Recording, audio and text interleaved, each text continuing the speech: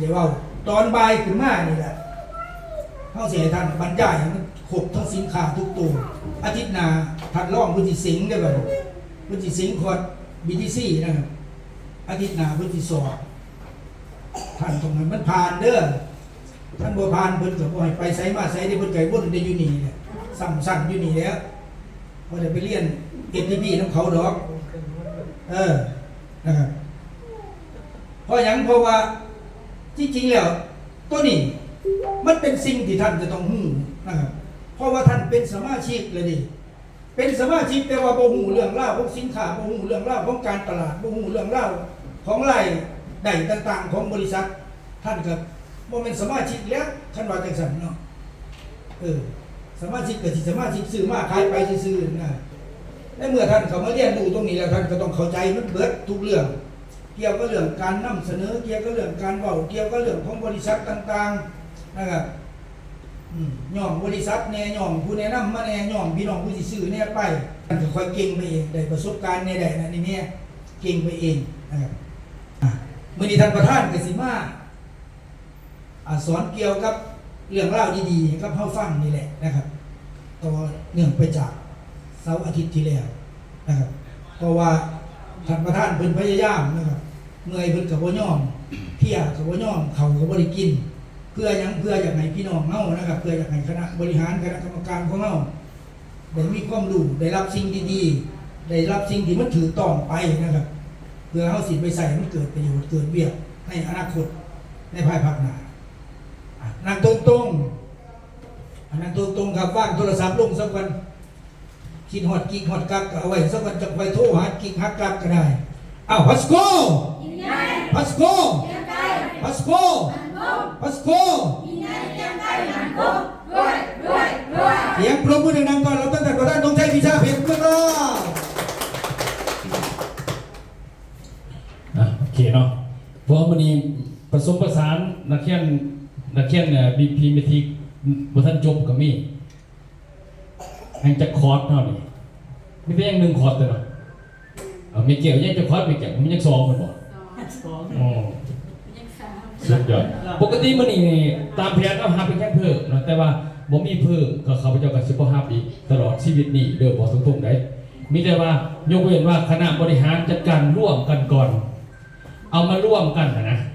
เอามาร่วมกันว่าเขานั่นนักเขียนเขาจะร่วมในจัดเดอร์แต่เขาเจ้าการคือว่าเฮ็ดเป็นโมเดลไว้เรียบว่าเป็นบริเดอร์สินะแสดงว่าเขาบริสุทธิ์ใจที่จะปิ้นเขากับบริสุทธิ์ใจที่จะเอาเส้นเดียวกันเนาะเขาจะประมาณนั้นเนาะเพราะว่าเป้าหมายหลักๆกันคือเดือน8เป็นต้นไปคือเขาเจ้าหันจะไปประจำการนครหลวงจันทร์นะจะเป็นที่แรกฉันต้องจัดเป็นพิธีหนึ่งเขาจะลองมามันจะมีคนกรรมการเก่าที่เขาสนใจเป็นบอนะคันมีปืนเขาก็สิวางแผนว่าเขาสิสลับกันมาจังได้นะพอได้มาบัดบ่เบิ่งแล้วเนี่ยบ่มีคันบ่มีอันซั่นแล้วก็บ่ต้องปีก็แล้วไม่แต่ว่าเอาซ้ำที่มีอยู่แล้วก็จบแล้วก็เอาซ้ำนี้ในส่วนมันจะเกิดขึ้นข้างล่างเจ้าต้องมาร่วมกันกับคณะเขาคอยจะจัดคนคอยขึ้นมาจังซี่ได้บ่แล้วก็ร่วมกัน10กว่าคนขึ้นไปจังแจ้งมากใช่เฮาเฮาบ่เอาได้ก็ไม่นะเอาแต่ซ้ำนี้พอเขาจะไปประจำการนครหลวงจันทร์ในเดือนสิมานี้มาซะฉะนั้นการสอนทุกอันนี่บ่ว่าจะเฮ็ดเฮาเรียนเดี๋ยวนี้นะที่เพิ่นสอนน่ะบ่แม่นสอนให้เฮาเป็นนายกนายหญิงเลยเข้าใจสิสอนให้เฮานี่เข้าใจเวียกแล้วไปเฮ็ดเอาเองแล้วฮู้จักขันฮู้จักตอนแต่เวลาเขาบอกเขาสิไปใส่เฮาบอกเองดอกไผก็เป็นเบิดบ่ต้องเป๊ะก็ได้ประมาณเพราะเขาก็บ่ได้ไปนำไปเบิ่งที่เนาะมันไปนำฮอดบ้านแต่เบิ่งบอกคือเฮียนบ่แม่นเด้แล้วเจ้าสิเว้าไปขอแต่ว่ามันมีเสน่ห์ในตัวเองแล้วก็เกิดกันขายได้นั่นคือเป้าหมายโอเคเนาะประมาณนั้นแสดงในช่วงนี้ฮะช่วงบ่ายก่อนกินข้าวนี่เฮาก็สิเอามาร่วมกันก่อนเนาะเพื่อว่าอยากให้เกิดความเข้าใจลึกซึ้งไปอีกในระดับที่สูงขึ้นไปซึ่งในส่วนของBPเมทิกนี่แหละของวิชาการเนาะแต่ว่าเฮามาร่วมให้เข้าใจกันก่อนซึ่งหลักๆแล้ววันนี้เนาะสิบอกถึงโปรโมชั่นก่อนเด้อตอนนี้เฮามีโปรโมชั่นที่บริษัทเขามีอยู่ปัจจุบันนี้เนาะซึ่งหลักๆแล้วมันจะมีโปรโมชั่น2บอลที่1เนี่ยเป็นเที่ยวประเทศจีน12 ปันหน้ามีใครผ่านได้ถึงแล้ว12 ปันหน้าตัวนี้เขาจะเอาอีกแต่13 คนเพราะว่าเขาผ่านได้17แล้ว เนาะเก็บพอร์ต13 คนแล้วก็ปิดเนาะเดินทางเดือน3ยังไกลอยู่ แต่คันครบจบแล้วก็ปิดเลยได้ข้อหมายเนี่ยบ่ได้เอาเพิ่มไม่เด้อข้อหมายน่ะเพราะว่าเขาเอาทั่วจากปากเซ่ไปเนาะทั่วที่เฮาจองเนี่ยก็เฮาพาไปเป็นบริษัทกรีนเอเชียเนาะปากเซ่เฮานี่แหละที่พาไปเวียดนามนั่นเองนั่นแหละบริษัทนั้นเนาะฉันเขาเดินทางเดือน3อีก13 คนตัวนี้เต็มปุ๊บแล้วก็ปิดปรับเลยอยากไปจะคล้องจะให้ก็บ่มีให้เพราะเอาซ้ำนั้นเนาะประมาณนั้นเอามีเด็กหน่อยนะบอกอ๋อ หน้าประเทศจีน 12 ปันหน้าคือประเทศจีนเนอะเข้าใจว่าประเทศจีนต้องมีพาสปอร์ตแต่ว่าบริเวณวีซ่าก็ได้เห็นนะเนาะเป็นเมืองที่งามอันนี้เชิญท่านตัวนี้โปรโมชั่นเนี่ย7 ตัน1ที่นั่งอยู่ไซโอ้ตั้งเขานำไปโทรศัพท์ก่อนนั่นหมายความว่าตัวนี้เป็น7 ตัน1ที่นั่งแต่ถ้า15 ตันเนี่ยไป3ที่นั่งมีคะแนน 2,500 PV แล้วก็มี 415 BV แสดง PV กับ BV มันจะเป็นแทน A กับแทน B โอเคเนาะตัวนี้อันนี้คือสถานที่เขาจะไปนี่รถไฟทางเดินทางไปขี่รถทั่วจากปากเซ่ไปหอดเวียงจันทร์การเวียงจันทร์เป็นขี่รถไฟไปเนาะอันนี้คือ 12 ปันหน้าให้เบิ่งร่วมก่อนสถานที่สวยงามเต็มที่เขาจะไปตรงนี้เดินทางเดือน3กับพลาสโกล่าเนาะจริงๆวิชาการเนี่ยก็ไปเอาผ้ามาขายเนาะเฮ็ดแล้วก็ต้องเฮ็ดเป็นเทิงด้วยเนาะเฮ็ดดินก็ไม่ได้นี่ช่วงนี้แม่นเขาประชุมเมื่อวานนี่มาซื้อนี่เนาะประชุมเปิดตลาดทีมงานวิชาการกับลงไปเก็บของเอายอดนะครับเพื่อไปเที่ยวนี่เนาะอันนี้คือแผนเดี๋ยวเขาจะเดินนะเนาะอันนี้12 ปันหน้าเดินต่อมาเป็นโปรตัวนี้เดินทางเดือน10เนาะตัวนี้สิเต็ม2 วันนะตัวนี้นะตัวนี้แมนเดือน10นี่คือเขาจะไปใช้ไป3 จังหวัด3 จังหวัดมันจะมีจังหวัดกาญจนบุรีสุพรรณบุรีแล้วก็พระนครศรีอยุธยาแต่ว่ากาญจนบุรีเขาจะไปไสเนาะกาญจนบุรีนี่เขาไปจุดแหลกมันไปโรงงานปุ๋ยที่ผลิตปุ๋ยเก่าเกษตรนาโนอันนี้วิชาการหรือว่าคณะบริหารต้องอยากให้ต่อไปเอาภาพเจ้าของดิเราต้องว่าเขาเสื้อเจ้าเขาย้อนว่าจะมีภาพแต่เขาเบิ่งเลยเด้อบึงไม่เสื้อแต่เขาบอกด้วยเนาะไม่รู้เขาต้องเขาเบิ่งภาพจริงเดินจริงยังจริงสำหรับเป้าหมายสภาพไปคือไปโรงงานปุ๋ยเนาะไปศึกษาไปต่างกับปุ๋ยก่อนในส่วนนี้จากนั้นถ้าก็ไปเที่ยวแต่ละจุดเที่ยวเนี่ยเต็มที่พัดก็เล่าไม่พลาดเที่ยวเต็มที่อยู่แล้ว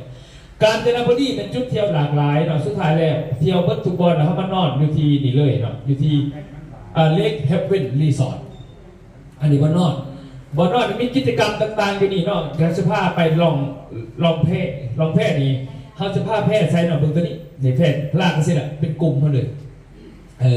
เขาจะพาไปแบบนี้ไปเต้นมวนซืนมีดนตรีเต้นอะไรเต้นนั่นน่ะพากันเต้นอะไรอันนี้แม่ดูที่กลางจันทบุรีไม่นำแควเนาะแต่เขาอื่นมันก็สิสวนกันระบางเขากับสิเดินอันนี้แพทย์เขากับสิเด่นเป็นแพทย์เขาเบิร์นแพทย์เขาได้นี่แพทย์เขากับสิธรรมดาไปเนาะแต่ว่าแพทย์เขาจะเป็นแพทย์ส่วนตัวอันนี้จุดก่อนจากของกาญจนบุรีนอนกาญจนบุรีตื่นสมาปั๊บแล้วเขาก็สิไปนี่เลยสุพรรณบุรีแต่ว่าก่อนจะไปนี่จะพาไปวัดโพลงมั่วตัวนี้ใส่เวลาประมาณวัดไผ่ลงมั่วอันนี้แม่นเกือบ2 ชั่วโมงเขาอยู่นี่เนาะอันนี้ไปนั่งจะไปบึงไปถ่ายรูปไปกราบพระพุทธรูปปางมันวิชัยใหญ่ที่สุดในโลกเนาะใหญ่ที่สุดในโลกเลยอยู่นี่2มานะคือไปศึกษาสินหานำกันเนาะก็คือมันจะมีแดนนรกในห้องไปบึงจำลองนรกแต่ละคุ้มเปรตแต่ละต้นเพิ่นสิจำลองอยู่ในเขตของอบายภูมิ4เสริมพระกลับเข้ามาก็คือว่าเฮ็ดบุญอยู่ไสกันได้เข้าใจเรื่องราวมันจริงๆเพิ่นสิมีจำลองอยู่เนี่ยใหญ่ที่สุดในประเทศไทยห้องนี้ประมาณ2 ชั่วโมงพาไปเนาะควรไปคนไปได้ยากครับแต่ว่าเขาพรรษาไปอยากไปวัดแปลกเนาะไปศึกษาเรื่องราวของวัดเรื่องราวของคนอยากไปคนนะส่วนมากที่เป็นนั่นแหละเขาต้องหู้เขาจังเข้าใจเนี่ยเข้าใจเขาจังสิศรัทธาเป็นแล้วกันตัวนี้สภาพไปนี่ประมาณ2 ชั่วโมงเนาะออกจากนี่เลยเขาจะไปวัดมังกรถ่ายรูปอย่างวัดมังกรอยู่บ่ถึงดอกบ่ถึง30 นาทีซ้ำนะ แต่ว่าเขาสิใส่เวลาอยู่ตรงนี้แหละหลากหลายเนาะมีแดนสวรรค์แดนเปรตแดนนรกมันจะมีหลายอันถ่ายผมสวยงามออกจากนี้แล้วจะไปสู่อยุธยากันสินี่แหละดินแดนนี่แหละเนาะบอลแต่ละน้ำอยุธยาว่าถ่ายผมต่างหลายอันนี้ก็ใส่เวลาประมาณ2 ชั่วโมงพอดีกินเข่าให้คำเจ๊งมาหอดด่านคือเก่าอันนี้คือเส้นทางเดิน3 จังหวัดที่จะพาไปคือบ้านแหนนแฟนเนาะแล้วจุดนี้แล้ววันนี้เขาจะชิว่างแฟนขึ้นไปทางผลแล้ววันนี้ผู้ทับเบอร์เขาคอวันนี้แพนนะอยากให้เห็นแต่ละจุดอันนี้เนาะอันนี้เส้นทางเดินเท่าประมาณนั้นอันนี้คือโปรโมชั่นปุ๋ย3 ตูดปุ๋ย3 ตูดพิเศษปุ๋ย3 ตูดเนาะปุ๋ย3 ตูด1 ทีนั่นมี3 ตูด700 PV แล้วก็มี150 BV 3 ตูดเมื่อวานเขาจะไปสารวัตรได้4 ตูดปัน4 ตูดเอาบริหารบริหารขายปุ๋ยแต่เขาต้องเข้าใจว่ามันคืออย่างไรโบเมนว่าจะเป็นนางขายเม็ดปุ๋ยอยู่ขายเม็ดปุ๋ยอยู่เจ้าขายบริหารลายเลยเขาต้องขายเป็นก็ไม่นะต้องฝึกให้เป็นนะอันนี้คือเรื่องราวของโปรโมชั่นต่างๆที่ว่าต้องเอาเขาอยากยืดบัตรนี่ก็คือมาเบิ่งแผนธุรกิจที่เขาจะเคลื่อนมาถนอมอยากให้ทุกท่านเข้าใจอย่างสิแผนธุรกิจของบริษัทเท่านี้นะมันจะมีทั้งหมดอยู่แผน4 แผนการตลาดให้เข้าใจเด้อแต่ละอันเนี่ยจะปนกันนะจะบอกจบเลยที่ใหญ่ให้คนสุดเห็นมา10 สูตรเนาะก็ใหญ่อันก่อนจะคอยเพราะว่าปกติเขาตัดเป่าไม้ผสมอยู่ลงเลยจืดเด้อท่านก็เขาจะมามี4 แผนการตลาดเวลาเขาไปเบาอย่าเอามาปนกันจะต้องจักว่าแผนการตลาดตัวนี้เขาเห็นไว้เพื่ออย่างแผนการตลาดที่2เห็นไว้เพื่ออย่างแผนการที่3เห็นไว้เพื่ออย่างแผนที่4เห็นไว้เพื่ออย่างบ่แม่นว่าขึ้นพ่อขอได้บอกไปเลยสิเจ้าจะบ่มีคนเรียนครับเข้าใจใช่ไหมมันจะมีแผนซื้อมันนะว่าเซนเฮดดิตต่างๆเนี่ยเขาไม่ได้เบิ่งดอกแต่เขาเขียนมาเนี่ยจะ3-4 ปีเห็นมาเนี่ยมีผู้สนใจบ้างนั่นมีแต่งามหน่อยแต่ไทยเพราะนั่นแหละงามบูจักสับนี่อย่างฉะนั้น3 สั่นที่เขาติดนี่คือมันอยู่ในแผน4 แผนนี่นะ1 แผนมันเป็น P125 แผน SLMแพท MLM แบบแพทซับSNP Academy เขาจะสิยอมาใส่อันเดียวเนาะแสดงถ้าผู้ใดเฮ็ดได้หรือว่ามีคนไต่รางเขา4 แผนนี้เขาสิกลายเป็น PML เอิ้นว่า Powerful Marketing Leader ก็คือเขาเป็นผู้นำนักการตลาดที่ทรงพลังเนาะแสดงว่าเขาสิปั่นจะได้4 แผนแผนนี้เฮ็ดเอาเฮ็ดหยังแผนนี้เฮ็ดเอาเฮ็ดหยังแผนนี้เฮ็ดเอาเฮ็ดหยังเวลาเขาเจอคนต่อหน้านี่นะเขาจะเป็นวิทยากรนั่นก็แล้วแต่หรือจะเป็นนักคุยกับคนแล้วแต่เขาต้องตอบเกี่ยวว่าพอคนแบบนี้เขาจะเอาแผนได้บอกโมเมนต์ว่าคือโผล่ได้กำลังสิขายปุ๋ยใดเอาจักกระสอบไปเที่ยวเราพอสนใจเรื่องสั่งไม่เหี้ยนั่นได้หันมาเตือนแล้วมาดิว่ากูไปสื่อสั่งกูไปเหี้ยนั่นเองเพราะเจ้าวันปากจะบุญจุดบุญจับเผื่อว่าจะบุญจัดอย่างบอกเลยคนคือโผล่มาท่านแม็กสั่งมันมีมวลทำเพลงนั่นเองเราบอกไปเลยว่าบอกไปเลยบ่มีขอมันคันบ่มีขอมันเจ้าแบบห้องเพลงแบบบ่มีจุดจะขออะไรเอาสิซะไปเลยเดี๋ยวเตะเป็นตามรำคาญบ่ห้องม้วนก็ตามไปบอกเลยถามผู้ห้องเพลงเป็นเนี่ย2-3 คนไม่ได้ในห้องเพิ่นซึ่งมีคนหนึ่งเนี่ยโหลดบัตรจากห้องม้วนนะห้องม้วนเต้นโคโซ่ข้างหัวว่ะ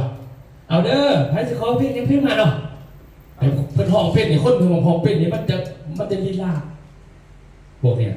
ไม่จักออกอันเลิศเจ้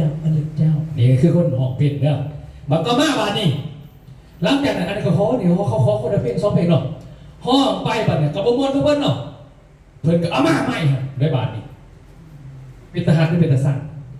โอเคฟังเด้อบาทนี่บอกไฟแล้วก็ห้องได้บาทนี่เพลงนั้นมากก็ห้องเท่านี้ขอไว้เนี่ยเพลงเขาก็เอาว่าให้กูสมองต่อเป็นใจเป็นนาทีก็โดดนี่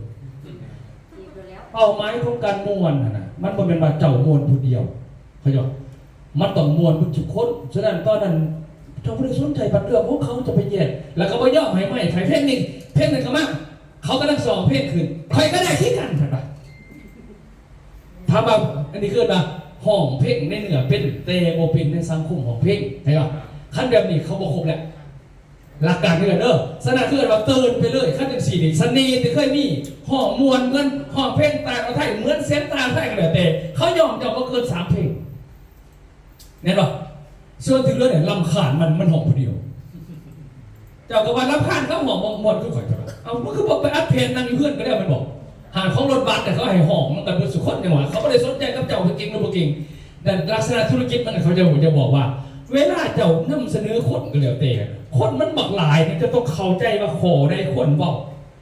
โมเมนต์สักเตินไปเลยก็แล้วเห็นเขาขึ้นไปเตินไปเลยเตินไปเลยแต่สุดท้ายมากโอ้ยกระเป๋าจนมือยังไม่ไฟสมัครนักเท่าไหร่มันเชื่อจะได้เขาลำคาญเจ้าเขาก็เข้าใจเลยจะมันบอกอีสักนะสักก็เรียกว่าซีเพียนี่มันจะออกแบบว่าอันใดบอกกับตัวใดอันใดบอกกับตัวใดอันใดบอกกับตัวใดพอเข้าใจป่ะโอเคเนาะตัวเขาเยี่ยนสินค้าไปบอกนี่บอกกับไผ่ไปอธิบายสินค้าเขาคณะอาจารย์เขาสิบอกไปอธิบายสินค้าเขาไผ่มึงพี่ยอมเขาไหนคนที่ยอมเขามันคนซื่อแน่นอนไอ้ที่เยี่ยนสินค้านี่นะไปบอกเขาคนซื่อซื่อไหนเขาซื้อเอาเงินมาเขาเก่งบ่จบฉะนั้นบอกจะกระจายให้คนเอาเงินมาให้เขาแล้วเขาก็เอาของให้เขาซื่อ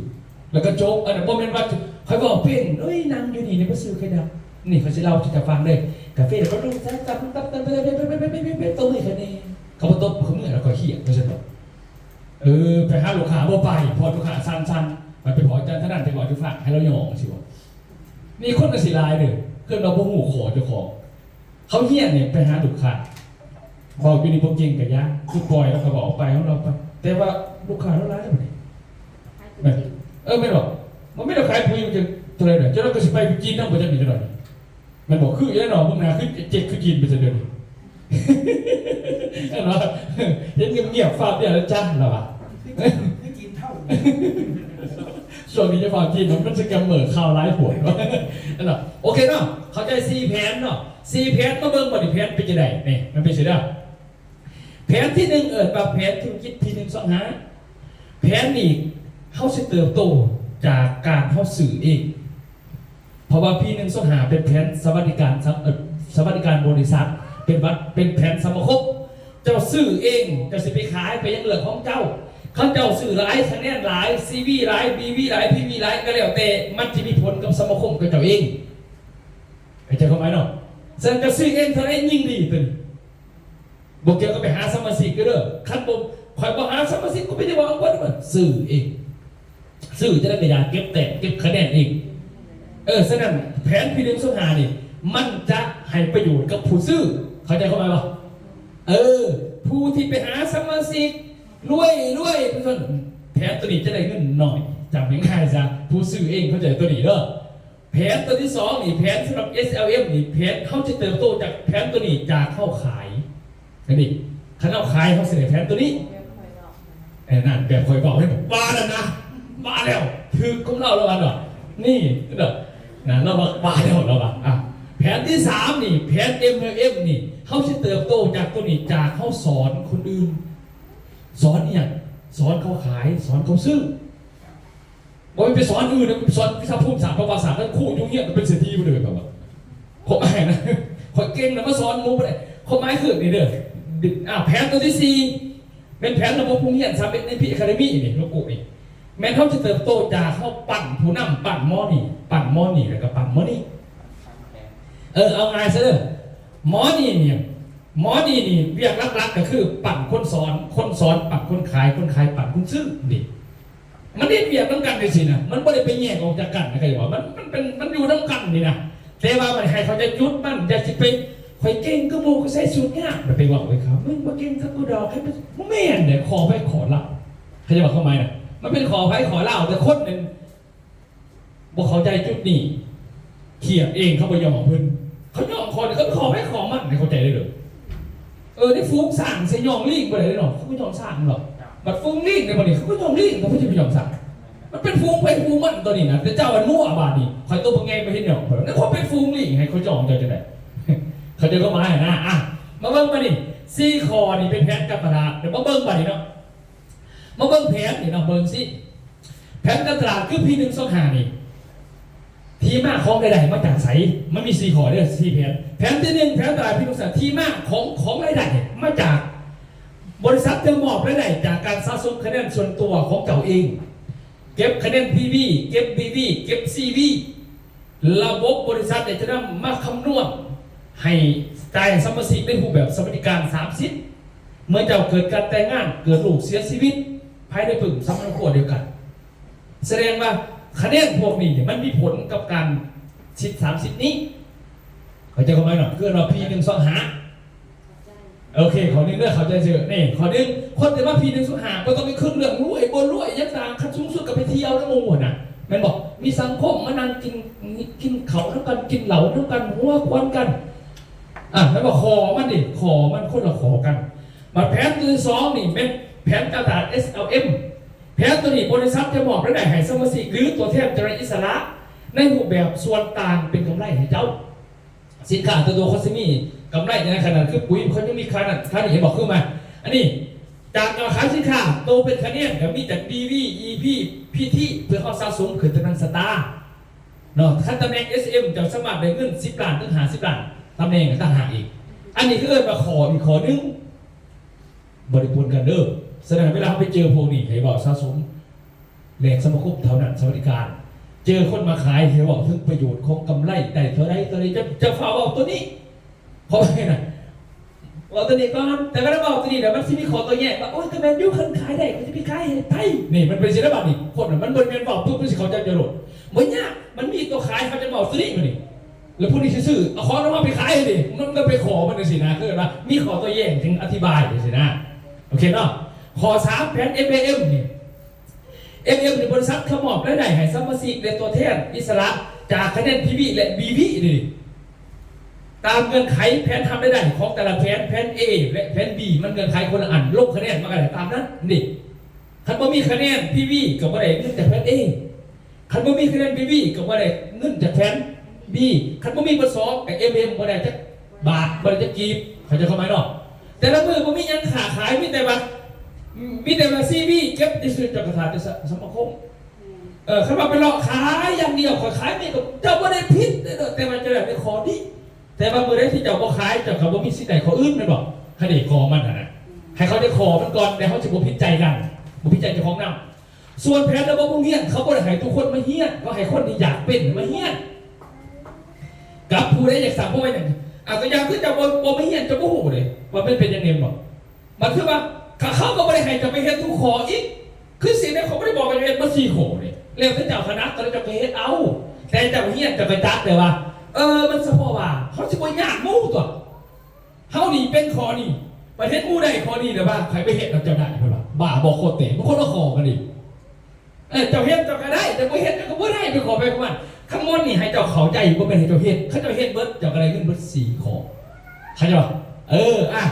นี่ว่าแผนโรงเรียนนี้บริษัทมอบและได้ให้สมาชิกและคณะบริหารโรงเรียนทั้งหมด3 รูปแบบเด้อ1นี่ตำแหน่งกรรมการสูตรม่วงนี่ที่ว่าเขาตัดเนี่ยรุ่นต่อไปรุ่นนี้เด้อเป็นโลโก้จะเป็นพีจีรารุ่นนี้จะเหนี่ยออกกันเลยตั้งนี้ไปเหนี่ยจะเป็นโลโก้3 เป็น1ที่สูตรม่วงรุ่นใหม่จะเป็นหนีไปเลยจะบอกให้ทับกันรุ่นใหม่นี่จะปั่นเป็นหนีไปเลยเด้อมานี่มาเบิ่งกรรมการนี่เนาะกรรมการสูตรม่วงเนี่ยนะเขาเยี่ยมจบคอร์ส BTC มันนี่กับ BTC บอกอีกเสาที่หนาเขาจบแล้วนี่ต่อไปเป็น STP มันนี่เห็นไหมมันนี่ขั้นมาจบ30นี่เขาสมัครตัดสูตรได้เมื่อตัดสูตรแล้วปั๊บมันนี่เขาสิได้สิทธิ์อย่างมันฟังเด้อสิทธิ์อย่าง1เขาสมัครสิทธิ์เรียนเป็น BPMT เรียนเป็นวิชาการได้หรือระบบสมาคมมันจะต่างกันได้เด้อตัวนี้สมาคมตัวนี้แม่นได้จากคะแนน CV PV สะสมเป็นของจำเกิดได้คืนเขาเอา PV จำนวนบวกกันนะมาคูดตามเงื่อนไข CV คูดตามเงื่อนไขบัตรกรรมการเนี่ยเป็นอย่างนี้เขาจะเอาตัวนี้ตั้งฐานก่อนตัวอย่างคือไล่เนาะไล่เป็นเพียงกรรมการจบบัตรเกิดแต่งงานโคลูกใช้ชีวิตเรียนแต่ยังไงเนาะ30ยืนเหลืองมาปั๊บเขาตรวจสอบ PV ในพังเนาะ PV ในพังเนาะใส่กันสมาคมในเงินหลานกีบขึ้นหมดวะใช่ป่ะจากตัวพี่นักศึกษาได้หลานกีบแล้วบัดนี้เขาบอกว่าจะเป็นกรรมการเพราะอะไรครับเป็นแบบกรรมการปุ๊บนี่เขาเอากรรมการมาประชุมกันเกิดว่าแจกซ่อมเฉพาะกรรมการแต่ให้สูงสุดนี่ล้านกีบตามอีกเลยตามที่เราได้จากตัวนี้ให้สูงสุดได้ล้านกีบได้บ่มีสิทธิ์ใดเกินนั้นแล้วแต่เขาเสียหายคันเขาเก็บกันให้บ่พอได้500,000ก็ได้500,000แต่เขาเก็บได้2 ล้านจะได้ล้านนึงคือเริ่มตัวนี้ได้ล้านนึงกรรมการให้อีกล้านนึงนะเขาจะตัวเด็ก10 ล้านมันก็ให้อีก10 ล้านตัวนี้มันขึ้นกับว่าไอ้เขาได้จากตัวนี้เท่าไรแต่ตัวนี้นี่เขาที่แจกซ่อมกรรมการได้เท่าไรได้เท่านั้นแต่ขั้นว่า เงินเขาได้ตัวนี้เขาไปล้านหนึ่งเขาแจกซองกันเขาหักเจ้าดิเขาซอยเจ้าได้2 ล้านแสดงว่าล้านหนึ่งอยู่กองกลางล้านหนึ่งเป็นของเจ้าเดี๋ยวล้านหนึ่งไหมก็ว่าตัวนี้ได้แบบตัวนี้มันได้ล้านปกติเอาตัวนี้เป็นฐานก่อนแล้วจะเอาตัวนี้เห็นไหมอันนี้กรรมการนี่มันจะมีสิทธิสมาคมแบบไหนขึ้นมาอีกในกรณีเจ้าแต่งงานจากคอนี่นะก็เพิ่งจากคอนี้บัดนี้เห็นบอกบัดนี้ผมไม่ว่าอันนี้เป็นอย่างคณะบริหารคือมันจะเมื่อไหร่ดิเจ้าจะไม่มีสิทธิ์เลยถ้าจะบริหารจบตัวนี้นี่บ่มีสิทธิ์บอกออกสูตรม่วงบ่ได้แต่ก็ไม่มีสิทธิ์เลยที่จะได้อีกเข้าหนึ่งของสมาคมตัวนี้พอเข้าใจป่ะเข้าใจเนาะอันนี้ก็ถึงกรรมการเจ้าหน้าที่เจ้าจะไปส่งเสริมบริหารเขาไม่ได้เป็นยังแต่เวลาเขาจะถามจะตอบไม่ได้เนี่ยคณะวิชาการคือไม่ได้จะบริหารจะไปบอกเขาคือไม่บอกเขาจะเถิงเขาสั่งเขาจบพร้อมเจ้าหน้าที่ไปหรอกนะที่จริงบอกก็แล้วมันมาฟังก็ไม่ให้จะพิษเลยจะต้องน้ำพับปัจจัยเสียมันเขาไม่ใช่เขาจะบอกตลอดเพราะว่าเพจมันออกแบบไปนั่นแหละนะจ๊ะโอเคเข้าใจข้อนี้เนาะกรรมการเนาะขอซ้อมมานี่ขั้นเป็นวิชาการที่เขาจบ BP วิทิกนี่เนาะคือจบ BP วิทิก1 2 3นี่ออกไปยังยืนเขาจะไปซื้อไปยืนมาเรียบร้อยไปเลยไม่ได้จะออกไปยืนนี่ปุ๊บเนี่ยมันจะมีวิชาการเนี่ยจบ BP วิทิกขั้นอาจารย์เนี่ยจบ BP Execution วิทิกเนาะบางต้นนี่แม่ก็ว่าเขาจะมีสิทธิ์หับได้หลายคาวิชาการแผน B ก็มีให้เด้อแผน B ก็มีเด้อจังหวัดเชียงใหม่ฝั่งแผน A ก็มีให้ตามพันโอกาสจะตัดมีให้พอ3มันนี่ขั้นเป็นผู้จัดการสาขาไม่ว่าสาขาอยู่ใส่สาขาเมืองสักแล้วแต่เมื่อจะหอดขั้นตอนสาขาตัวนี้แม่ก็ว่าเจ้าขับเคลื่อน6 วงกลมหรือกับทีมตัวเองมือใดเจ้าเป็นผู้จัดการมือนั้นเข้าใจเข้าไหมสำนักงานอยู่ในวงเดียวกับยาเจ้าสมัครเฮ็ดได้ทีมของเจ้าเฮ็ดอยู่นี่กับยานะเข้าใจป่ะเจ๊ได้แบบเจ้าเฮ็ดก็กลุ่มอยู่เองนี่นะเข้าใจเข้าไหมป่ะคือข่อยนี่นะเมียข่อยบ่ต้องเป็นนักใส่แล้วไปช่วยไปซื้อแล้วไปจัดมันเจ้าเด้จัดเจ้าเงินอยู่ใส่แล้วก็ขี้อาจารย์ต่างประเทศแล้วไปเป็นผู้จัดการแบบถูกหูการธุรกิจบ่แม่นผู้เฮ็ดนี่คณะเขานี่เฮ็ดบ่แม่นผู้จัดการในรุมหันเรามีแต่เอาเงินแล้วก็เข้าใจจบแล้วก็จ่ายเท่านั้นเองแล้วมันเป็นคนเคลื่อนเนี่ยมันเคลื่อนมันไม่เป็นสำนักงานใหญ่ยูนิเอิร์สำนักงานใหญ่มันเป็นประเทศไทยเลยด้วยประเทศไทยมันมีพันโกลาเลยบริษัทมันจดทะเบียนอยู่ล่าเลยบริษัทเขาหน่อยนี่เป็นเจ้าของนี่คือสำนักงานใหญ่ของประเทศลาวเด้อเข้าใจเด้อ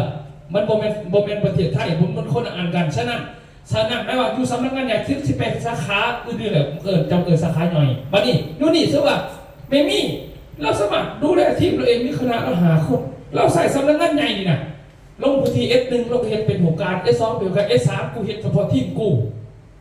นี่นะไม่ต้องมีคิดเห็นได้โดย6 วงกลมเป็นของเราบริษัทกระแตงต่างกันเป็นผู้จัดการเข้าใจเข้าไปบ่ถ้าเป็นผู้จัดการปั๊บแหละบริษัทของคาซิมี่1ผู้จัดการให้อีกบ้างนี่เข้าใจป่ะแผน B เนี่ยเขาให้ 7% ของคะแนนบ่ต้องลงทุนนึงเลย 7% ของคะแนนเลยแผน Bแผน A นี่ได้ 10% ของคะแนนมีให้ได้ตัวนั้นเห็นหรอแต่ว่าเขาก็ถ้าคืนปันน่ะนำโดยส่วนเดียวกันมันมีขอแผนระบบเพียงไป3 ขันแบบนี้แล้วจะสิคืนมาแบบได้ตอนนี้เขากำลังมาเฮียนเป็นกรรมการไม่รู้ว่าแม่นพวกเขาดิเนาะจุสันเนาะ BTC STP มาคณะที่เขากำลังสิจบนี่แม่นนี่เขาเฮียนขัน2แล้วนี่เป็นวิชาการวิธีเอกสารวิธีที่เป็นอาจารย์ในบ่ที่ยังก็เป็นในบ่กันแล้วแต่เขาจะอยากแค่พอซื้อแล้วเกี่ยวกับเฮาเลยผมหมายเขามีแต่ส่งเสริมคณะบ่ฮอดเดี๋ยวเขาก็บ่ได้จ่ายเท่านั้นเองที่นี่เงินตัวเขาไปเขาค่อยนะเงินข่อยเข้าใจซะเขาบ่ได้จ่ายให้เขามาให้นะฉะนั้นขอมันมีให้ป่ะเจ้าสิเอาขอใดฉะนั้นอย่าสิเอาระบบโรงเรียนเป็นร่วมกับสมาชิกนั่งอยู่เฮือนไผสิไปฟังเจ้ามันบ่เป็นเรื่องของเขาไปเฮ็ดหน้าปึ๊บไปเฮียนบ่พูดบ่คำปฏิเสธยากนะคนบัดเฮาเว้ายากพูดเว้ายากโอ้ยเป็นยากเลยเป็นคนละเรื่องกันเขาจะเข้าหมายบอกฉะนั้นไปลบขอได้ก็ตามให้ลบเรื่องของเขาที่เหมาะสมโอเคว่าเที่ยวว่าขอนี่ฟังต่อมาบานนี่เขาจะเขาจะขอมันเดี๋ยววันนี้แต่ละขอมันก็มีตำแหน่งมันบัดนี่ฟังเด้อฉะนั้นคณะสิลงกับสมสิP125ก็ให้ลงตำแหน่งที่7 ขอนี่พ่อต้องไปบอกล่ามมาพวกนี้เขาจะว่าเข้าไปน่ะนี่นะนี่แหละเขาจะกำลังปิดมาให้ยายคนซักยายนั่นนักเขียนบิคิเมทิกโซติเรียจังเหยียบเข้ามาเด้อเพราะว่า เป้าหมายหลักๆกับวิธีเลือกจังแยกออกมาให้เพิ่นคนละสุกเด้อตัวนี้เฮ็ดให้เบิ่งเปิดเบิ่งน้ำให้เด้อตัวนี้เด้อให้แล้วเพิ่นก็ไปเบิ่งเอาว่าเป็นหยัง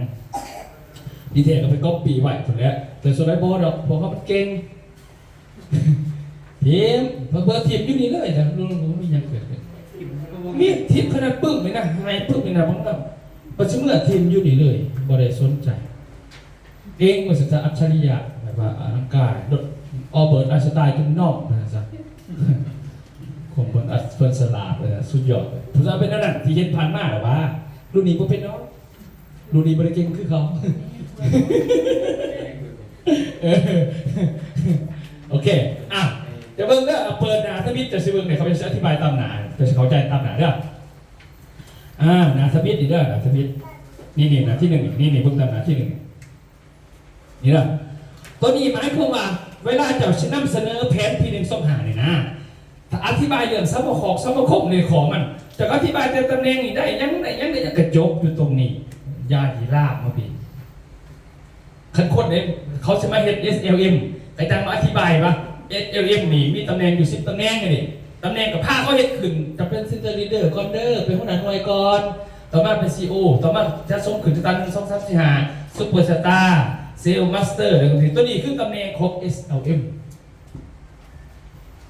บริเวณสมัครหมู่บ้านมีเฮ็ดงูขึ้นจะตาได้ขี้อ่ะได้เขาจะได้ที่เขาได้หากใครเฮ็ดบ่เฮ็ดอย่างนั่งอยู่เฮือนพูดสิขึ้นน้ำเขาพูดไหนบ่ได้ขึ้นมาเศร้าพูดไหนให้คือขังวันบ่ได้เต็มมาสั่นซะหรือว่าอย่างบ่พอด้วยเกินเอิ้นว่าเกินซะ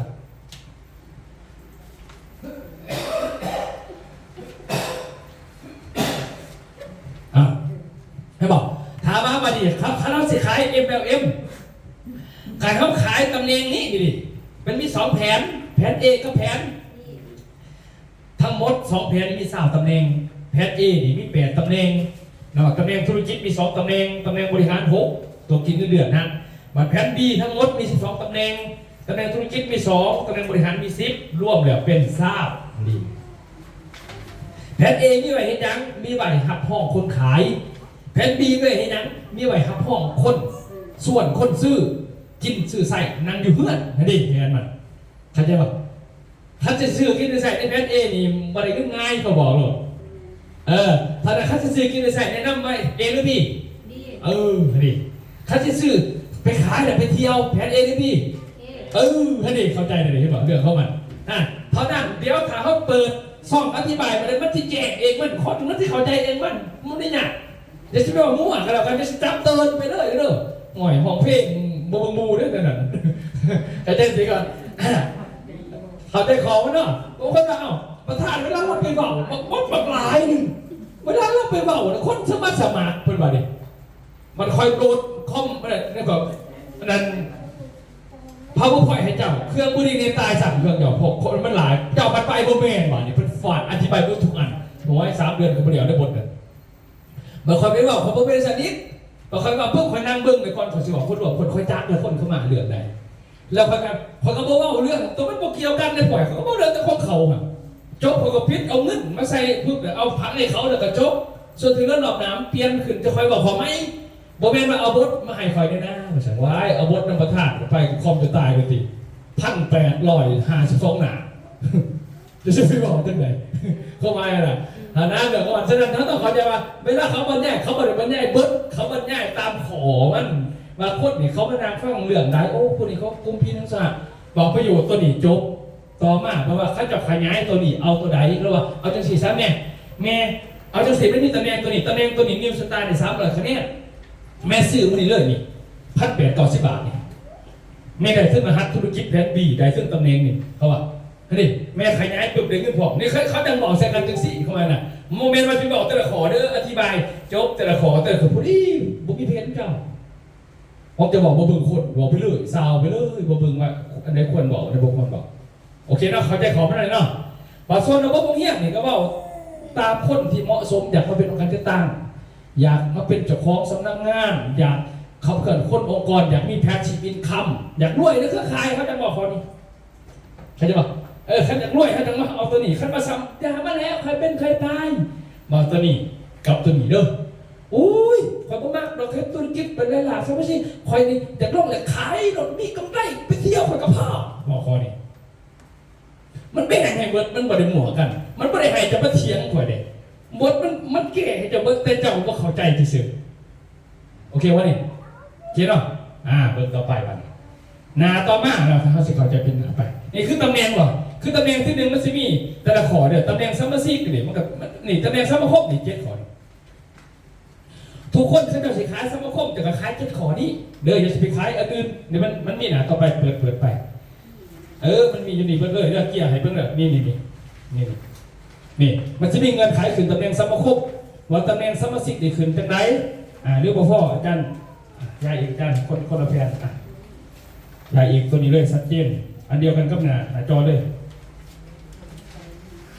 ใส่เบิ้งท่านโอเคเบิ้งตัวนี้เกียร์แผนนี่สามารถไปอธิบายคนสมัครได้เลยตัวนี้บอดีมีอย่างเงี้ยเห็นไหมตำแหน่งสมาคมหมายความว่าข้าเจ้าสิขายคอนี่นะคนสิกินจะใส่อยู่เฮือกนะนี่คนนี้นะนี่คนนี้ขั้นขายคนนี้ให้เว้าหนาตัวนี้นี่เว้าหนาตัวนี้พ่ออธิบายเนี่ยให้เขาคือตำแหน่งแต่ละขันทวิตนี่สมัครมา500 บาทดิ500 บาทเอาสินค้าไปถ้าเราเป็น500 บาทนี่แสดงว่าเขามีสิทธิ์ที่จะเก็บซีวีนะเวลาเกิดแต่งงานคนลูกเสียชีวิตสวัสดิการ30เขามีสิทธิ์เอาซีวีมาคูณ100 เท่าส่วนคะแนนพี่ดีบวกพี่เพชรเพชรดีบวกกันในถังเอามาคูณ100 เท่าเป็นกี่ผมมาเด้อแล้วก็รายได้เขาเดือนก่อนต้องเดือนนี้ตอนเขายืนเอกสารขอ30เอาเป็นเงินบาทมาใส่กันเอามาคูณอีก50 เท่า3 กล่อง3 กล่องแล้วมารวมใส่ซองเดียวแล้วไปบอกให้เขา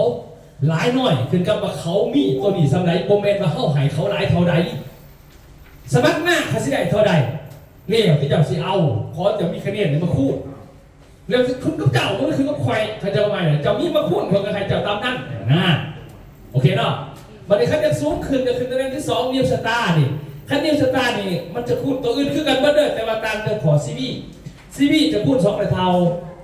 คันตำแหน่ง VIP ซีบีคูณ3 เท่าคันตำแหน่งซูเปอร์ VIP ซีบีคูณ5 เท่าคันตำแหน่งหัวหน้ากลุ่มซีบีคูณ6 เท่าคันตำแหน่งหัวหน้าทีมซีบีคูณ7 เท่าคันตำแหน่งซูเปอร์ไวเซอร์ซีบีคูณ1,000 เท่าเดี๋ยวบอกไปยืนให้เดี๋ยวใส่ไอ้ทอนกันเอามาให้ทีมงานนำเพราะว่าเฮ็ดเกี่ยวมาแล้วของไก่เรียกมาแล้วหมายก็ว่าตอนนี้ไอ้ทอนกันมาหอดนี่นะของเกิดตำแหน่งตัวนี้ใช่ป่ะฉะนั้นบืนมันนี่จบไปเก่านี่บ่มีอายุมันมีอายุแต่ว่าไผขึ้นตัวนี้แล้วเนี่ยฟ้ายับขึ้นไม่ใช่น่ะฟ้ายับขึ้นนี่น่ะฟ้ายับขึ้นเพราะนี่แหละบ่มีอายุเบิดเด้หมายก็ว่าหอดย่ำแต่งงานคนรู้สึกเอามายืนมีแต่เก็บซีวีอย่างเดียวเอามาคูณตามนี่แหละคือว่าหอดตำแหน่งตัวนี้มันจบแล้วตัวนี้แม่ตำแหน่งสมาคมมันหอดเป็น7 อันนี่ต่อมาบัดนี้ตัวตำแหน่งระบบวงเวียนนี้บัดนี้มันจะมาบอกกันว่าคณะกรรมการคณะอาจารย์นี่เวลาก่อนนี้ว่าเนาะลูกสาวสิแต่งงานสมมุติว่าตำแหน่งตัวนี้มีสิทธิ์คุณแหละอันนี้แม่นบริษัทนี่เป็นคนจ่ายละตามนี้มาต่อมาบัดนี้เป็นในโรงเรียนบ่บัดนี้เป็นกรรมการก็เป็นวิชาการก็เป็นยังก็เป็นบัดนี้จะมาร่วมกันในคณะพึกนี่เห็นช่องหน้าในอาจารย์พระชิซอยเท่าไหร่แล้วแต่ใครจะว่าเลี้ยวเตะบันเลี้ยวเตะบันแล้วจากได้เงินช่องมันปุ๊บเขาเบิ่งมาให้ได้เงินจากคอนี่จากหลานเขาเดือนได้2 ล้านปุ๊บแสดงว่าขั้นเขาแจกซองทั้งหมดเนี่ยเขาเสียเพื่อนเลย2 ล้านสูงสุดถามมันเก็บได้พอ2 ล้านถามมันเก็บบ่ถึงได้เท่าไหร่ได้เบิดถามมันเก็บเกินก็ได้2 ล้านส่วนที่เหลือมันเข้ากองกลางเข้าใจว่าตัวนี้โอเคนั่นเองเดี๋ยวเข้ามาสรุปแล้วตัวนี้ก็เป็นตะเป็นห้องเรียนก็เป็นตะเป็นบ่ฮะดิตัวนี้เป็นขอ1กับขอ4เขาบอกเนี่ยเห็นไหมมันเป็นจังซี่มันเป็นจังซี่แล้วให้พระเจ้าเข้าใจเรื่องของมันอย่าออกจาก4 ข้อดิมันจะเป็นเงินเองมันดอกคนก็อยู่เองระบบน่ะมันจะหักษาไว้สิมาเบิ่งเงินขายการคืนบัดนี้บ่ตัวนี้สมัคร500ก็เป็นเรื่องตำแหน่งตัวนี้เสื้อจากพี่ก็ซื้อเอาบ่เป็นยากพยายามซื้อพันทีมก็ได้พอต่อไปเป็นทีมแต่ที่เฮ็ดเองบ่ได้เนาะแต่ว่าไม่ได้เฮ็ดเสื้อแต่ละทีมบ่ให้ออกจาก7 ข้อเฮ็ดหมดมาขอได้เฮ็ดหมดอย่างคืออันนี้จันว่ามาซีตัวนี้ก็ซีนี่ไม่บาดซ้ำตัวเดียวนี่หลังจากเฮ็ดตัวนี้แล้วรอบหน้าเสียตัวนี้เฮ็ดตัวนี้ก็ยาข้างหลังก็เป็นเพชรนี่จันโศกไส้ด้วยแล้วแต่ว่าให้อยู่ใน7ก็จะเฮ็ดตัวนี้ก็ได้ เฮ็ดไปละวันโดดเอาคงเขาเฮ็ดไปโดดไปขายก่อนโดดกระไดนะเดี๋ยวแต่ว่าเพื่อขยายคนของเขาไว้แต่ว่าเวลาก่อนนี่แต่งงานเขาดูเสียชีวิตเวลายืนเนี่ยเขาบ่เบิ่งแต่เสือเขาเบิ่งไปยังยืนเข้าใจป่ะเขาเบิ่งไปยังยืนเท่านั้นแหละเสือจะเฮ็ดรถจะได้กระยาที่มันบ่เป็นหยังแต่ให้อยู่ในนี้มันจะสิขายไงเพราะแปลว่าคันนี้แพน A แพน B เขาสามารถอัพขึ้นตำแหน่งที่1 2 5เลยค่ะ เมียนแต่บ่ให้เอามาบวกกันหมายว่าคัดสิดินแพนตัวนั้นกับเอาตัวนั้นได้เจ้าคัดสิดินแพนตัวนี้ก็เอาตัวนี้ได้เข้าใจป่ะแต่บ่ให้เอามาบวกกันมาคูณบ่ได้เพราะมันยากตอนเขาปวดนึงบนนั้นเข้าใจเนาะแต่ว่าคือไปขายสินค้าลูกค้าเนาะสิแนะนำแต่ว่าเอาคะแนนมาเขาแพน B ฟังมาดิถึงแบบนี้อะไรพวกนี้สมัคร500นี่เขาใจเนาะคัดเขาจะขึ้นนิวสตาร์ปึ๊บนี่เขาซื้อ300ดิ3กองเขาก็เป็นนี่คือกัน300เป็นคะแนนแพน B กับคะแนนนี่ดิบีบีหรือพีบีก็ยาใครจะคันมาเขามีแผนใน A กับไปเบิ่งในแผน A อัพก็ได้ประมาณน่ะคันมีแผน B กับแผน B อัพก็ได้บ่เป็นหยังพอมันสิบอกแค่ได้ไปยังยืนเองโอเคป่ะเนี่ยโอเคเนาะบัดนี้คันเขาสะสมครบ500บัดนี้ A ก็ยา B ก็ยาหรือนี่บีบีหรือว่าบางคนมีแต่300คอย500คอยลงทุนแต่ซ้ำนั่นคอยสร้างธุรกิจเอาเลยบอกการกระยาจะมี300จะมีได้ในพังน่ะ500,000 A กระยา B กระยาแต่บ่ให้เอาบวกกันคันใน A กับได้500,000ใน A ไปเลยคันใน B กับ500,000ใน B ไปเลยเจ้ากับสมานมาอัพนี่คือเก่าเสือกับเสือไม่เทียบมาดิโอเควันเข้าใจวันง่ายๆเลยนะบัตรตำแหน่งซูเปอร์ไวเซอร์นี่มัน1,000 คะแนน PB หรือ BB ก็ได้ตัวยังไปส่วนคนมาปิดตำแหน่งไดมอนด์ในปูเขาเป็น1,000ปึ๊บไปยังยืนมันอัพเลยอัพไปเลยขามมาเลยอัพไปเลยก็ได้นั่นคือเขาคะแนนนะหรือเขามีแต่300แต่ว่าขอยมีได้ในพังขอยล่านึงนี่นะก็ขึ้นก็เก่าเขาหายทั้งคนที่มักซื้อมาขายหายทั้งคนมักขยายถ้ามาขยายเขาก็มีแต่คะแนนน้อยแต่เขาสั่งเอาอย่างเดียวก็ได้เดี๋ยวแต่เขาแสดงว่านางกุ้งนี่3,000 คะแนนถ้าซื้อคะแนนแต่ถ้าเอาได้เอา3 หลักวันอาทิตย์7 หลักถามว่าเอาได้แต่เอาคะแนน 7,000 PV หรือ BB ซูเปอร์ไวเซอร์ 15,000 PV หรือ BB แต่คันมีได้ก็15 หลักแพนได้แพน1เน็ตคันแพน B กับแพน B 15 หลักคันแพน A กับแพน A 15 หลักอยู่ในพันได้ของบริเอาขึ้นการวิชาการขึ้นการชมคุยบริเวณใดสิได้เขาบริการเขาเลยแต่แพน A กับ15แพน B กับ15บ่รู้กันบ่บอกแต่ว่ามันจะมีผลกับมีผลกับตอนยืนแต่ตำแหน่งเนี่ยมันจะบอกเสร็จอะไรนึงแต่เวลาสิยืนแต่งานของเราชีวิตกับ15ตัวนั้นมาบอก15ตัวนี้ก็เป็น30,000คะแนนคะแนนตอนเขาจะเอาคะแนน A B พูดร้อยมานี่30,000เดือนกัน3 ล้านกีบแล้วนี่เวลาเกิดแจ้งงานถ้าพ่อขอเดียวเนี่ยพอท่านร่วมขอชีวิตพอท่านร่วมขอเลยท่านบอกมันก็ได้คือกันเลยแต่ว่าตำแหน่งมันเดือดขอนึงแต่เวลาสิจ่ายเงินสังคมมันเอาไป2อันนี้มันบริเสียไปได้ดอกเขียนบอกมาดิเอาเขียนมันจบอันนี้คืออย่าลืมเขามี4 2เนาะ2 P 1 2 5กำลังอธิบาย P 1 2 5ตัวนี้ให้มันจบแล้วสิบอก SM สิบอก M ให้เขาจะต้องขอมันนะแล้วเขาจะตัดสินใจว่าเขาเห็นจะไปบอกมั่วอะไรบอกมั่วจะให้พี่สอบเขาบอกเขาเองเลยเดี๋ยวถึงว่าบริษัทเขาคนดีจังกันหมดเลยบุ๋มแม่มาหอยล้มปากหน่อยจะมักโลดบริษัทจะตายไปเนี่ยเอาเงินได้10 ล้าน100 ล้านใครทุกคนจ่ายแบบนี้เอกสารก็ไม่ได้มีไงนะเข้าใจเฉยจะเป็นคนจ่ายเองได้คือฟังบอกโอเคการแจกซ่อมได้แจกซ่อมเฉพาะในเครือของนั่นเสือหมอกขึ้นไปร่วมกันเป็นซ้ำนั่นแต่ก็พวกนี้ปุ๊บจะไม่มีสิทธิ์ในการแจกซ่อมมีแต่ว่าเอาสิทธิ์ตัวนี้มาคูดเนี่ยเขาไปจ่ายอีกง่ายไม่ต้องเอาของผู้ใดนี่แต่มีใบจะยื่นให้พ่อคะแนนสะสมส่วนตัวก็ยังว่า3,000 คะแนนหรือมีรายได้รวม3 ล้านกีบตอนนี้จะ3,000 คะแนนมันมีรายได้รวมก็คือเขาขอได้คนหนึ่งเข้ามาลื้อคืออันใดหนึ่งคัดเละแสดงมาเป็น2 อันอันนี้หนึ่งไหมเอาได้หลายเรื่องเอาคะแนนเอาได้หลายเรื่องเอาคะแนนเสียนะ3,000 คะแนนในรวมรหัสอยู่หรือรหัสเดียวคันแพน A ชื่อเจ้านะจากชื่อยูเจได้ขยายคันมาแพน A คันแพน B มันมีรหัสเดียวอยู่แล้ววันนี้ตัว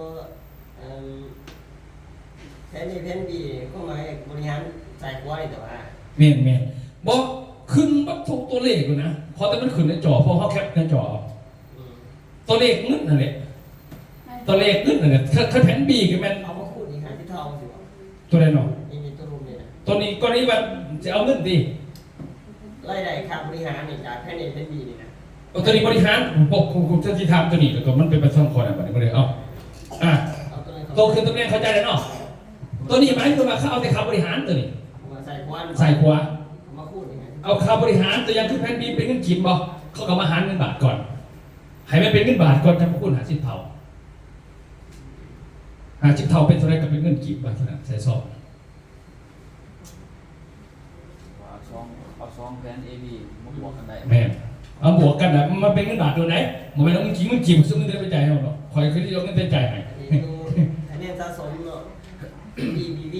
คือมาคูดหน่อยเท่าครับต้องซื้อเป็นหลังกีบเนาะ แม่นสูงสุดล้านกีบตัวนี้สูงสุดล้านกีบแต่ถ้าเขาเป็นเจ้าของศูนย์คือยังศูนย์10%คือยังเอิญนิจันนี่เขาจะได้สูงสุด2 ล้านคันว่ามันหอมแต่ล้านหากันล้านหาแต่ว่าเป็น2 ล้านหากัน2 ล้านสินะแต่คันซัมมาซิกคือซื้อใน7 คอนี่ที่โมเมนต์เซ็นเตอร์ลีดเดอร์สินะมันเขาจะได้สูงสุด1 ล้านคอนี่บอกไว้ที่1 ล้านจ่ายได้ให้อยู่1 ล้านถามได้มันเป็นเรื่องของเจ้าเด้อคนว่าจบแล้วเขาก็เลี้ยวได้นี่เขาไม่ได้พิษแหละส่วนที่เรื่องเป็นเจ้าสิบอกต่อได้ป่ะนี่ เข้าใจแล้ว พิษถือคืนก็เจ้าแล้วป่ะนี่ก็เขาไปถามเขาว่าโอ้ยเขาเฮียนจบแล้วว่าสั่น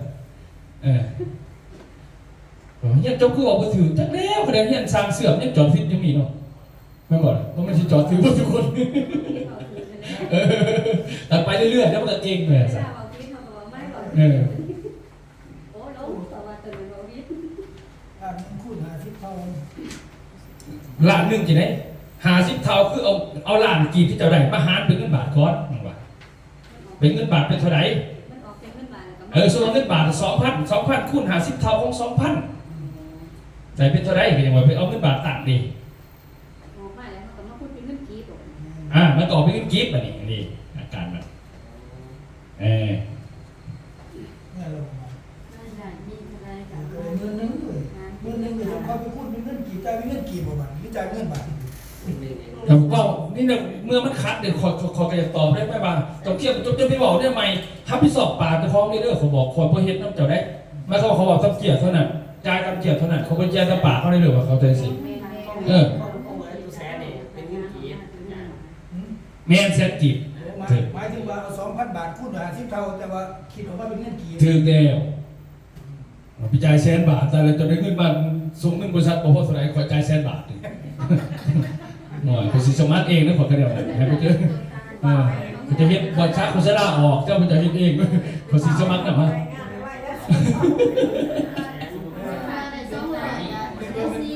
เอา50 เท่าคูณนี่จังเลยดู เขาเวลาเขาขึ้นไปเขาต้องขึ้นสตีนี่เขาใจฉันที่สงสัยป่ะเอาเงินเดือนมาจ่ายที่จ่ายจากไหนอย่างจ่ายได้บ่เนี่ยเขาไม่นะ เมียที่น่าจะ30,000นี่พูดอ่ะ10 เดือนแล้วนะ ฮันเลยประมาณนั้นเลยให้เขาจะว่ามันจ่ายได้นะครับทราบเขาหมายนะเขาหนีจ่ายเองเขาหมายบ่ให้สมาชิกแต่ว่าจะแจกซ่อมแจกคือเก่าแต่แจกเฉพาะกลุ่มที่สูตรม่วงขึ้นไปดีสูตรม่วงกับสูตรม่วงนี่มันมาร่วมกันจ่ายได้เท่าไหร่ตัวอย่างคือวิธีนี้ตัวอย่างยกตัวอย่างคือมันมีกระดานเนาะยกตัวอย่างคือนิจันลูกจะแต่งงานสมมติว่าเด้อจะได้นิจันคือตำแหน่งนี้สมมติซีบีมีเท่าไหร่บ่ซีบีมีอยู่ ประมาณ10,000แล้ว สมมติว่า10,000เนาะ10,000คูณพันนี่ คะแนนสะสมเลยว่า 10,000คูณพันกับ10 ล้านเลยนี่10 ล้านกีบนี่10 ล้านกีบนี่นะนี่10 ล้านกีบนี่10,000ซีบีนี่มาคูณพันเท่าเลยนะเป็นกีบเลย10 ล้านมาได้มาเบิ่งมานี่พีวีกับพีวีเขาเกิดร่วมกันเป็นเท่าไหร่เนี่ยแต่เกิดซุปเปอร์มีคล้ายแต่มันบอกอยู่ที่2 ล้านเขาเกิดอะไรวะเพราะว่าตำแหน่งเขาเป็นซีเรียร์ก็เป็น12 ล้านหรือซ้ำกันนี่บัดนี้รายได้เดือนนี่เดือนก่อนเขาเบิ่งเดือนกับทั้งหมด10,000ยืนนี่มีรายได้เป็นเท่าไหร่เขาเอาแพนเอพี่บินบวกสิกันเราว่าออกเป็นบาททุกบาทก็มาคูณอีก50 เท่าเนี่ยบัดนี้เอา3 อันมาร่วมกันก็เป็นซ่อเข้าใจป่ะได้ซับบัดนี้ซ่อหาล้านป้าเนี่ยสู้บัดนี้ซ่อหาล้านเนาะวันนี้มาเบิ่งเหมือนเป็นตำแหน่งในขอชีระบบนี้เป็นกรรมการเขาก็ประชุมกรรมการต้องการเอาแจกซ่องแจกพระเจ้าแล้วแต่จะได้ใช่ป่ะแจกมาในปุ๊บได้แจกโอ้เขาหักได้30 ล้านบริษัทก็ให้แต่2 ล้านเพราะให้ตามเลขตัวนี้ แต่ถ้าไปได้ตามคนอ่ะก็เห็นว่าเขาหายจะได้ทำนั่นเขาไม่นะกระยาได้ทำกระยามัน ก็ไม้มาได้หน่อยให้เบิด แม่น หลายกว่านั้นได้หลายกว่า นั่นมันก็ได้หลายกว่ามันบล็อกตามพระราชานี่ฮันดิแสดงว่ามันสะอุ้มให้คิดถึงแผนการรักษาคนสาขาของเขาจะสื่อสารคนเราจะอยู่บนบางทีพี่นี่เขาไม่เฮี้ยนดิเขาเบียดเขาไม่ทันดิเพราะเขาจะเป็นตำรวจเฮี้ยนได้ให้เดือดสัมนาถ้าเขาสื่อสารแล้วถือกันนะเขาสิมาในเรื่องของเขาคณะบอกไปเลยผมไม่ขอเขาก็มาเลยดูเพราะเขาไม่จักขอพอดีเขาบอกไปเลยนะวันไหนก็ไปจักคือกันกับเลยเท่ากันคณะบอกไปขอใจโอ้เฉพาะว่าเขาเงียบเขามาเองเขาไม่ต้องถามเขาพามากอะไรทุกคนนะมันเป็นเบียดเขาไม่หมดเขาเข้าใจเบียดเขาเองอันนี้เขาไม่ได้สื่อสารไปเบียดเขาเลยมันก็เลยกลายเป็นเขาไม่ได้สนใจอันนี้พอมั่นไปแล้วซะโอเคว่าคอนี่เคลียร์เนาะมีถามเพิ่มเติมบอกโอเคถามบอกวัดถามบอกเข้าใจหรือเนาะผมไม่ยังหรอกโอเคผ่านไปแล้วตำแหน่งตัวที่หนึ่งเขาเข้าใจเลยเขาจะไปสื่อสารแบบเดิมเด้อบัตรตัวตำแหน่งที่สอง SLM มานี่ SM2 ที่สอง SLM หันมันที่มีทั้งหมดอยู่จากตำแหน่งยังไงถามได้บ่นี่จนเชิญสิบบอกไปเลย SM มีทั้งหมดจากตำแหน่งเสียดขาด SLM มีจากตำแหน่ง10เนาะโอเคอันไหนอยากให้เบิ่งไปนั่งเด้อฉันจะอะไรกันมา10ตำแหน่ง SM นี่มันแบ่งแบบนี้จะเบิ่งไงมันมีตำแหน่งเซนเตอร์ลีดเดอร์นี่นะให้เป็นตำแหน่งตัวนี้แหละแต่ว่าตัวนั้นตัวสมคุมมันจ่ายสูงสุด2 ล้านดิมันเข้าเป็นตัวนี้นะนี่หมายว่าเขาเป็นเจ้าของศูนย์บริการตัว4มัน6 5 0,000เก่าอะไรเขาจะเป็นตัวนี้เนาะตัวนี้เด้อนี่คือเมสซิโอทอดนี่เราก็เป็นตัวนี้แล้วเป็นคอนี้ได้ฉะนั้นเราจะได้สูงสุดเรื่องขอก็คือตุ๊กขอ2 ล้านตัวสูงสุดโมเมนต์ว่าแต่งานกลุ่มมาเอาเงิน2 ล้านโมเมนต์ได้หมายความว่าสูงสุดแม็กซิมัมขึ้นต้องได้หลายเจ้าเนาะต่อมาตอนนี้2เป็น CEO นี่ CEO เจ้าต้องมีเซนเตอร์เดอร์นี่5 คนนี่ถ้ามี5 คนปุ๊บแสดงว่าจะเป็นตัวนี้เมียนเดี๋ยวพอพันมาเข้าออกตั้งสูตร CEO เดนนี่เขาไม่ได้บอกเขาไปตัดได้ไหมนี่เปลี่ยนเขาเห็นโคกไอ้เบิ่งอยู่ซื้อเรื่อยแต่ก็ต้องเดินตามของจริงนั่นเข้าใจป่ะให้เจ้าเข้าใจว่าแนวใดจะซื้อนะเนี่ยมาตำแหน่งที่3แมนสตาร์นี่สตาร์1ขั้นสตาร์1แมนแห่งสะสม DB และ EP บวกกันนะให้ครบ300ถ้าครบ300แมนจะขึ้นตำแหน่งสูตรตัดไถฟรีแล้วก็ได้เงินสด1 ล้านค่าตำแหน่งนั้นตำแหน่งสตาร์2สะสมครบ700 DB บวก EP เวลาขึ้นตำแหน่งตัดสูตรไถฟรีเดี๋ยวหักขึ้นอีก2 ล้านอันนี้เงินค่าตำแหน่งที่5แมนสตาร์3แมนสะสมครบ1,200 DB บวก EP หักเงินสดค่าตำแหน่งอีก3 ล้านตำแหน่งต่อมาที่6นี่สตาร์4ครบ1,800 DB บวก EP ขึ้นตำแหน่งตัดสูตรไถฟรีหักขึ้นอีก4 ล้านสตาร์5 2,500 DB บวก EP หักค่าตำแหน่ง5 ล้านตำแหน่งที่8ซุปเปอร์สตาร์สะสมครบ 3,500 DB บวก EP หักขึ้นค่าตำแหน่ง10 ล้านกีบตำแหน่งตัวนี้ระดับสูงคุณภาพสูงบริของ SLM ตำแหน่ง SM Sales Master หัวหน้าฝ่ายขายสะสมครบ 5,000 DB บวก EP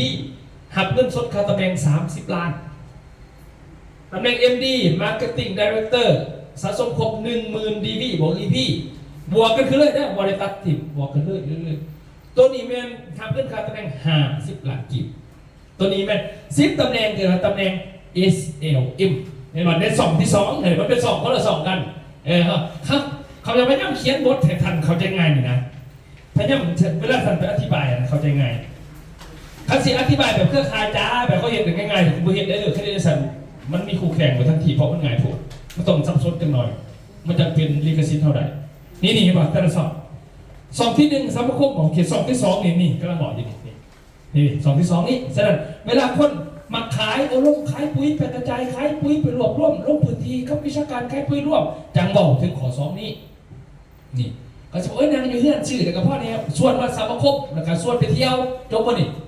แฮนดี้เดี๋ยวคนจะมาขันเขาถอยหย่อนว่าไปคืนน้ำเขาอยากให้เขาเป็นเครื่องเขาคืนเนี่ยเพราะมันบนแดดน้ำใจแต่เศร้าเขาเศร้าเองวันนี้เขาก็เข้าใจว่าเขามันเห็นยังอยู่นี่นะ ขั้นเข้าใจข้าพเจ้าเขาคือผู้ถอดค่อยเข้าใจดีจะบอกเข้าใจดิสิอ่ะมาเบิ่งแสดงว่าจบไปขอที่สองอันจะแสดงเนาะมาเบิ่งขอที่3 2 3บ่2 3มีบ่ไล่มีบ่เอาเบิ่งนี่ซะเอาไป2ที่3เด้อเบิ่ง2ที่3อันนี้มันมีนี่ยังเหลืออยู่ด้วยนี่คงจะเลือดทั้งนั้นเอาบ่ให้ประธานนี่มาขนาดมีอันนึงใส่เบิ่งตัวนี้แสดงว่าครบทุกคนเป็นที่เนาะเบิ่ง2เด้อ2ได้2นี่แต่ให้เบิ่งแต่ละ2ก่อนสิเข้าใจ2ตัวนี้ถือไว้เด้อขอห้ามเดียวตัวนี้ห้ามเวลาเมื่อแล้วฝากไว้นี่นะ เวลาเมื่อน้ำ เอ้ยเบิ่งมันดิให้มันเข้าใจเพื่อไปบอกงูนี่นะบ่แม่นเบิ่งเพื่อจังได๋บ่แม่นขจักแล้วทิ้งไว้บ่บอกงูบ่บอกงูไปเลยบัดนี้ว่าเจ้ารับผิดชอบปากตัวเองเด้อบ่แม่นข่อยได้ซองที่3บัดฟังเบิ่งซองที่3ซองที่3เป็นหยังนี่ MLM โอเคจะเบิ่งนักเรียนเก่งข่อยวิชาการบอกปุ๊บเขาจักข่าวหมดแล้วMLM ข้อที่3เด้อมันก็มีตำแหน่งมันดิตำแหน่ง M มีอยู่20ตำแหน่งแบ่งเป็น2แผนแผน A และแผน B แผน A นี่มี8ตำแหน่งนี่ตำแหน่งธุรกิจมี2อันตำแหน่งบริหารนี่มี6กันนี่เขาจะจังซี่เด้อโอ้ AI มันเฮ็ดได้ดีขนาดว่ะมันจัดการแนวดูหน้าเป็นอ่ะตำแหน่งธุรกิจแผน A เอาทมิตนี่เปิดบินนี่ฟรีบ่มีค่าสมัครใครเป็นสมาคมเด้อต้องสมัครเข้ามาแต่เต็มไม่มีค่าสมัครเปิดบิน50คะแนนพี่แม่นได้เป็นบอลดีเลยสามารถเทธุรกิจได้แต่ตำแหน่งธุรกิจเป็น1,000 คะแนนสื่อสะสมครบหรือสื่อโปรก็ได้ขึ้นมาปรับต่อมาในแมนตัวนี้มันคุณวุฒิที่กินเงินเดือนตัวนี้ดิสินเวสตาร์โกสตาร์ได้มันสตาร์ต่างๆตัวนี้มันคุณวุฒิเงินเดือนเข้าใจนะเขาไหมเนาะบัตรแผนในแผน B นี่แผน2แผน2นี่มันสมัครฟรีเหมือนกันแต่ให้เริ่มจากแชทไฟล์จาก300 PV พอเขาจังสิได้ใส่ครัวตัวนี้50ไม่ได้ใส่ครัวพอดีแนะนำ100ขึ้นได้เลยตัวนี้50ได้น้ำ100หรอกของเขาเพนที่จริงแพนเอใจหลายแล้วก็จับคู่80หมดนะแต่ตัวนี้บอนะตัวนี้300นี่มันแนะนำ80จับคู่50ตัวนั้นบัตร3,000นี่คือตำแหน่งสูงสุดของธุรกิจแต่ขั้นสื่อโปรขึ้นเดือนนี้มีแต่1,000 คะแนนขึ้นเรื่อยๆตอนนี้โปรมันเมื่อนี้มีโปรพิเศษตัวนี้เด้อซื้อ500 คะแนนบินเดียวแถมอีกกองนึงทั้งซื้อ5 กองแถม1 กองเมื่อนี้เขาจัดงานอยู่สุวรรณครแจกโปรมาแต่ว่ารหัสของแทนมาทันลงไปเพราะจะลงมาหนีเบิร์ดแล้วก็จะเอาโปรให้เราพอเราสื่อบางหมู่บ้านเมื่อก่อนเลยเราสื่อ1,000 คะแนนอัพดิแล้วอัพได้หมดแล้วอัพตำแหน่งตัวนี้สื่อโปรแต่วันนี้มาทันลงเราจะลงมาหนีพอมาหนีเขาสื่อมันปุ๊บเขาหายฟรีอีก2 กองสีหน้าก็ได้มา2 กองให้เราถ้าซื้อลงมาแล้วมันจะไม่ได้โปรเนี่ยซึ่งไพ่ซื้ออยากได้ของแถมมาหนีก็คือ5 กองแถม1 กองตัวนี้มาตัวนี้2 อันนี่ให้ธุรกิจได้เนอะมานี่ตำแหน่งบริหาร10 ตำแหน่งนี่คือมันก็เป็นระบบกินออเซลเขาตัวนี้ให้เข้าใจพ่อมาต้องจื้อมันให้เข้าใจเลยว่ามันมี2 แผนแบบนี้แผน A แบบนี้นี่แผนเงินเดือนแผน B ตำแหน่งธุรกิจแบบนี้อันนี้แผนออเซลกินเงินร่วมโปรโมชั่นเขาเข้าใจยังสั่นโอเควะนี่เฮียเนาะอันนี้คือแผน MLM ครบ3 ตำแหน่งพอดีนี่ดิแผน Aตำแหน่งสมิธนี่มันสื่อ50 คะแนนปุ๊บมันจะเป็นหูอีนั่นอันนี้50 PV ขั้นว่าครบ1,000ปุ๊บเป็นหูผู้ใหญ่ในทันทีนั่นหรอหรือเขาซื้อซุปโปรพอถึง1,000มันก็อัพตัวนี้ก็ถือว่าผ่านแล้วเบิ้งหูว่านี่นะหูตัวนี้แม่นหลุดตำแหน่งธุรกิจในผ่านเอาเพียงกล่องเข้าไปครับส่วนที่เหลือนี่เงินเดือนนี่6 ขาดนี่ดิก็ซินเวอร์สตาร์โกสตาร์ตัวนี้ไม่ว่าเงินตัวนี้เป็นเงินเดือน2,500ขึ้นกับฟังออนนี่เขาบอกนี่นะนี่เงินเดือน5,000เงินเดือน12,500เงินเดือน25,000เงินเดือน50,000เงินเดือน110,000 บาทนี่ตำแหน่งตัวนี้อันนี้แพทอีมันมีเงินแบบนี้ให้ก็ดีติดอย่างนั้นเขาติดอยู่ดีโอเคเคลียร์เนาะบัตรแพทบี้มันนี่แพทบี้มี12 ตำแหน่งที่1นี่ที่ต้องให้เป็นตามสุดให้เป็น300พอเขาจะมีผลทางธุรกิจต่อมาเป็นอัพเลยคันมีโปรขึ้นอย่าง4อยากให้อัพ1,000เข้ามาเลยไม่ต้องเอา3,000มันเปลืองเงินเนาะคันอัพ1,000มันนี่ได้ฟรีอีก2 กองแต่เพราะว่ามันนี่ตั้งรอบ2 หาดิเนาะแต่ผู้ได้เงินเขามันนี่เห็นหรือเปล่า12 โมงไปจ้ะเนาะย่างเพื่อนเรียนประธาน เนี่ยเขาเลยครับ เข้าหรือเปล่า เขาจะตีหาจะหามุ่งเสา ชงใช้ฟังไทยใจเลย เนี่ยนะครับ ของอาจารย์ใจเนาะเบื้องของไฟเบื้องอาจารย์เลยบอก ย แล้วมุ่งตอนนี้ มุ่งสา แน่น ม อน พัน เนาะไปหรอ แน่นอนที่บริษัท ย้ายออกเลย เก่ง น่าจะอุ้มมันนี่แหละอุ้มมัน ย้าย นี่ เลย ได้อย่างเดียวมันเขาหน่อย เป็นอย่างเป็นน้ำเขาหรือเป็นน้ำเรา เป็นน้ำเขา ท่านเดียวจ่ายไปสิ50,000 เขาแล้วเขาเนาะ โอเคนะนี่นะตัวนี้นี่อัพนี่บัตรตำแหน่งตัวนี้และออนสตาร์ซุปเปอร์สตาร์พวกนี้นะคณะโมเป็นตำแหน่งตัวนี้ซิดขึ้นพวกนี้บ่มีเด้อให้เข้าใจซิก่อนเขาต้องขึ้นตัวนี้ก่อนสิขึ้นแบบโป้หรือสิขึ้นแบบแยกกันแล้วแต่เขาขึ้นตัวนี้ไหมเขาปะเนาะคณะเป็นตัวนี้แล้วเขาแนะนำสายขวานี่สายขวานี่นะสิเป็นตำแหน่งนักกายาสายขวาเนี่ยสิเป็นตำแหน่ง100ก็แล้วแต่รวมกันเบิร์ด3,000 คะแนนฝั่งซ้าย3,000ในฝั่งขวาภายใน3 เดือนแถวสมัครมากของทอดจันนี่ว่างแผนเลยต้องเขาเป็นเดียวตัวเขาแนะนำนี่ให้ไปได้3,000ซ้าย3,000ขวาเขาสิขึ้นตำแหน่งนี่ลูก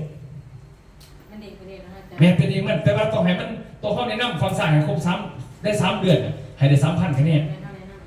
ฝั่งขวา3,000 คะแนนแม่นเขาจะขึ้นนี้เลยภายใน3 เดือนที่เขาสมัครมาเนี่ยบัตรตำแหน่งตัวนี้ที่จะได้ตำแหน่งตัวนี้คือหลังจากเขาขึ้นตำแหน่งเดียวเขาปั่นทีมงานสายครัวน่ะให้ขึ้นอีก2 คนชาย1 คนมันจะขึ้นนี้บัตรตัวนี้นี่พวกเกี่ยวหรือเปล่านี่มันเกี่ยวกับคะแนนฟังออนเดือนได้20,000ขึ้นนี่ลูกเดือนได้50,000ขึ้นนี่เดือนได้100,000คะแนนขึ้นนี่มันจะได้ฟังออนอย่างเดียวจนเมื่อหอดนี่ปุ๊บขนาด3 อันนี่เมื่อหอดตำแหน่งตัวนี้ปั๊บตัวนี้จะกินเงินออเซลจากบริษัทเขารายปีละ 2% ของยอดร่วมบริษัทหารกันตำแหน่งตัวนี้ก็ได้ 2% ร่วมหารกันในตำแหน่งนี้ตำแหน่งไหน 1% ของยอดร่วมบริษัทได้ปันผลของเขาบดไทยบดพม่าบดจะพอเข้าไปจะเคยประเทศเท่าไหร่ของเขาฉะนั้นตัวนี้เขาต้องเรียนเกมขึ้นนี่ขึ้นนี่ตอนนี้เขาจะกำลังเฮ็ดแทนรหัสของผู้จัดการขึ้นนี่อยู่เนี่ยหลังจากขึ้นนี่สิขึ้นนี่บ่นี่สิขึ้นเสียไปตามเกมมันนี่นะนะเสียให้เบิ่งว่ามันไหนเท่าใดเพราะเขาจะมักเฮ็ดได้ดิเขาเรียกกระมุกมุนหน่อยบ่ให้มันเสียเวลาไป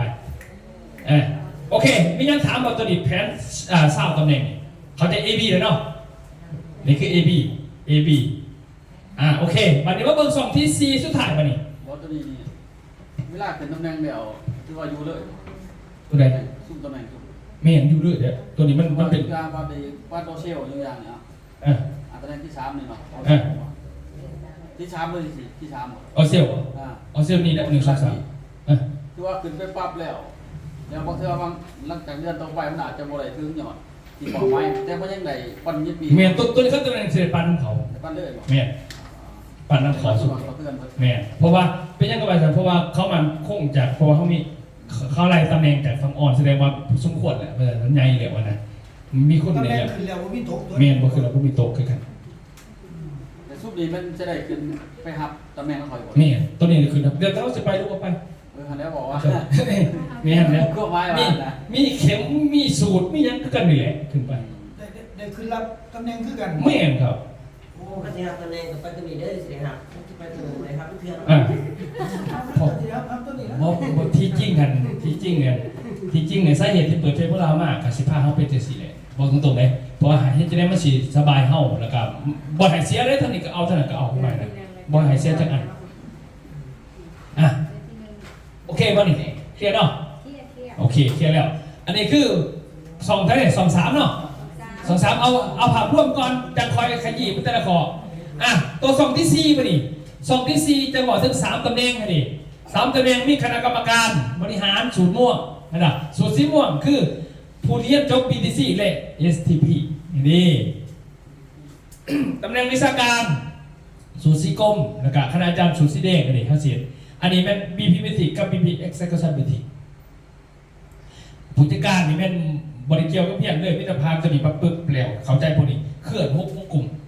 ในทีมของจับบริษัทแต่ถึงว่าเขาบริษัทมีสำนักงานเซกองบริษัทไม่ต้องสนใจกับสาขาด้วยนั่นหมายถึงว่าเจ้าเคลื่อนของเจ้าเองในทีมเจ้าเองนะในบริษัทนี่ก็อย่างบริษัทกระแตงต่างจะเป็นตำแหน่งผู้จัดการคือกันเข้าใจเข้าไหมบ่เป็นเมเนเจอร์นะเอ้าเมื่อก่อนจะถามแหละ